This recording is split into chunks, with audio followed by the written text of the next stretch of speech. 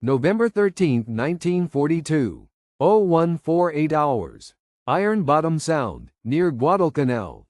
The ray of a searchlight cut through the humid night while Captain Tameichi Hara gripped the railings of the destroyer Amatsukaze's bridge, staring in horrified awe as American shells burst around his vessel, resembling a fiery eruption of steel. They are not taking aim. Instead, they are saturating the air with metal. These lines, scribbled quickly into his personal journal that night, encapsulated a reality that predetermined the result of the Pacific War before the majority of Japanese officers could perceive it.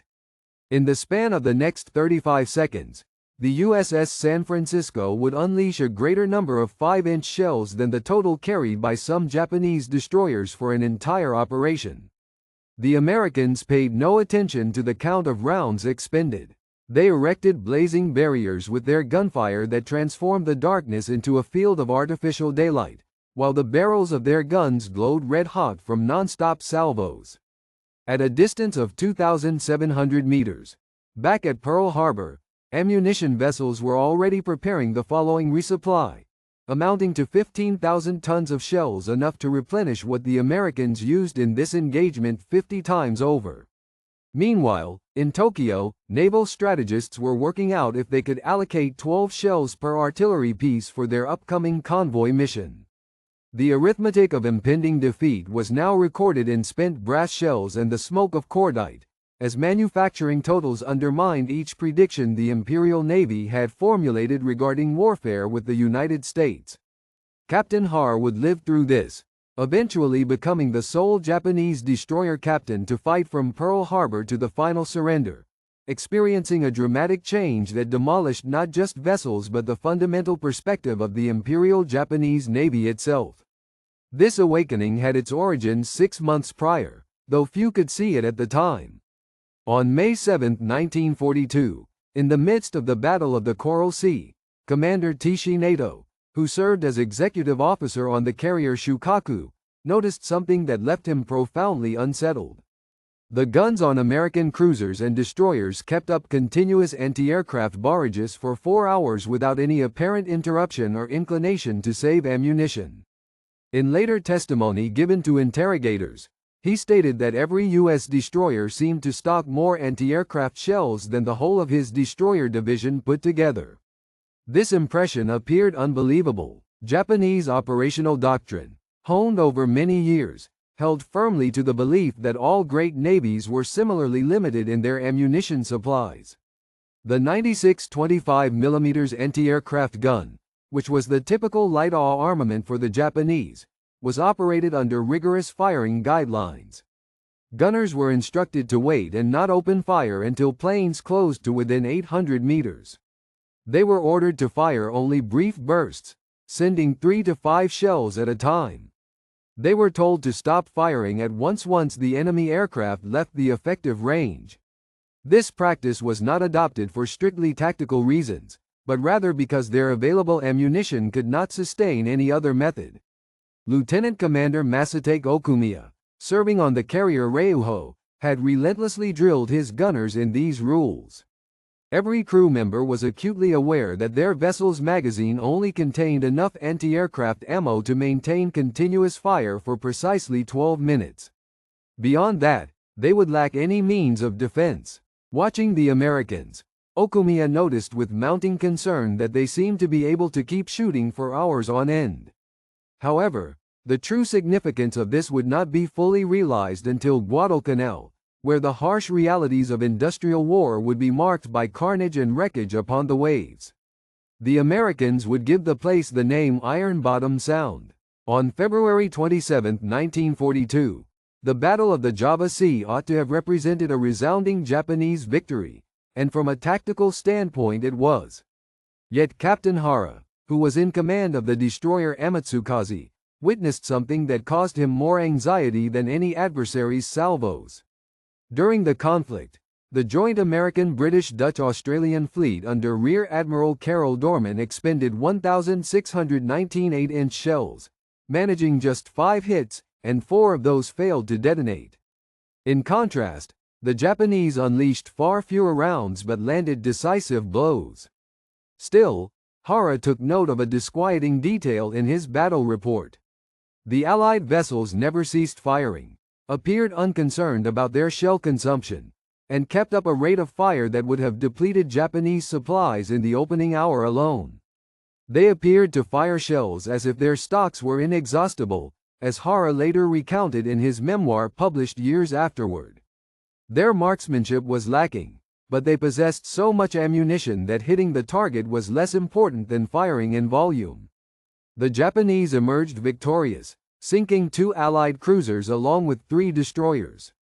But later, in the officer's mess, Hara picked up on a conversation that unsettled him. Lieutenant Yoshida, his officer in charge of gunnery, was working out how much ammunition they had used. "Captain, we have used 40% of our main gun shells." Had the fight continued for just 2 more hours, Hara cut him off with a glance, but the numbers were plain. The Amatsukaze had begun with a supply of 2,005-inch rounds. In this single battle, they had already spent 800. From the testimonies of survivors rescued from the sunken Allied cruiser HMS Exeter, it was learned that the ship alone had fired upwards of 1,500 shells from her 8-inch batteries, more than the entire allocation typically carried on most Japanese heavy cruisers. August 7, 1942. The American arrival on Guadalcanal brought the Imperial Navy's dire ammunition shortage sharply into focus. Vice Admiral Gonichi Mikawa's striking force hastening southward from Rabaul possessed just enough ammunition for a single night's engagement, not by design, but as a result of that being the total supply available at Rabaul's depots. The clash at Savo Island on August 9 appeared to confirm the effectiveness of Japanese tactics. Within 33 minutes, Mikawa's squadron destroyed 4 Allied heavy cruisers and caused the deaths of 1,077 sailors, while suffering no ship losses themselves. Still, embedded within this brilliant tactical victory was a devastating strategic problem.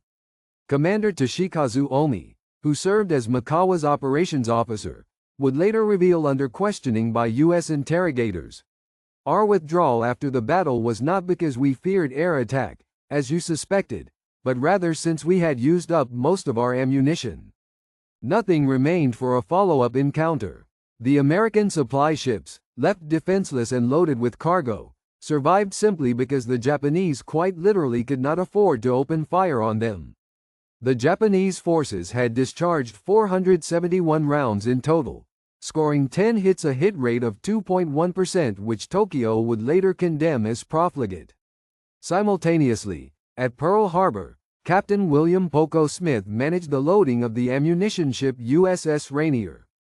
The manifest for this one voyage listed 5,000 tons of naval ammunition, 350,000 rounds of 5-inch shells, 1.2 million rounds of 40 mm, and 3 million rounds of 20 mm.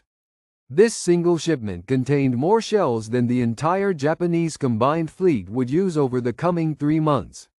The well-known Tokyo Express, the high-speed destroyer supply runs to Guadalcanal, exposed the ammunition crisis in all its severity. On November 30, 1942, Rear Admiral Raizo Tanaka commanded 8 destroyers on another resupply operation. Captured documents revealed their cargo manifest: 1,100 drums of rice, 200 drums of medical supplies, and 280 drums of ammunition. For 15,000 starving troops, under 300 drums worth of ammunition was provided. Every drum held about 300 rifle cartridges or an equivalent mass of other ordnance. The entirety of the Japanese force on Guadalcanal depended on ammunition supplies that a single U.S. destroyer could fire through in merely 20 minutes of fighting. Captain Haru, who served aboard the Amatsukaze for these runs, complained bitterly, "We risk 8 destroyers, many lives, and huge amounts of fuel to deliver what the Americans probably waste during target practice." He was closer to the truth than he realized. On the very same day, the destroyer USS Fletcher performed a standard gunnery drill, firing off 127 rounds of 5-inch shells, which was approximately the same as half a drum from Tanaka's valuable load. These quantities were astonishing and unfathomable to Japanese strategists, who had calculated the conflict in accordance with their own capacity to produce. The Naval Ammunition Depot at Hastings, Nebraska began operations in March 1943. Constructed across 48,000 acres of prairie land and consisting of 2,200 structures plus 207 miles of rail lines, it reached a maximum workforce of 10,000 people. This one plant turned out 40% of the United States Navy's ammunition supply during the war. In its inaugural month, Hastings generated more naval munitions than every Japanese factory combined would manage for the rest of 1943. The plant primarily turned out 5-inch 38 caliber shells, which were fundamental to American naval strength. The initial production level was 100,000 shells per month, escalating to 300,000 shells each month by September 1943. Every shell underwent inspection, testing, and shipment under a quality assurance protocol that discarded a greater quantity of ammunition than Japan's plants were able to make. At the same time, the Naval Ammunition Depot in Mallister, Oklahoma opened its doors. Its role was the manufacturing of larger caliber projectiles and aircraft bombs. By December 1943, it was producing monthly totals of 50 units of 6-inch shells, 120 units of 8-inch shells, 200 units of 5-inch shells, in addition to delivering 500,000 pounds of aerial ordnance. Its highest employment reached 8,600 people in 1945. Concurrently in Japan, the Kure Naval Arsenal, acknowledged as the country's foremost ammunition plant, found it difficult to turn out 10,000 shells of all types every month. The Toyokawa Naval Arsenal, which had undergone massive expansion at great expense in 1940, reached its zenith with monthly production of 35,000 machine guns and 4.5 million rounds. However, this was made possible only by utilizing 56,400 employees, including 6,000 drafted schoolchildren between 12 and 16 years old who worked under hazardous circumstances.